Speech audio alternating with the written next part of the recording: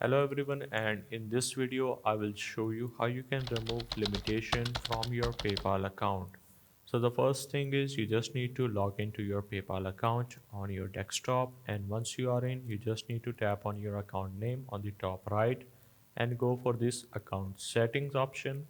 And once you are in this particular page you just need to look for the option which is this limits.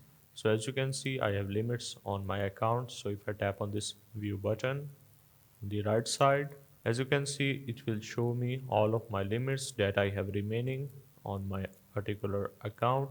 Now in order to lift all these limits you need to scroll all the way down until you see this lift limit option. So tap on this, and after that this has taken me to this particular page of link a bank account. So the first and the crucial step is you need to make sure to have a bank account.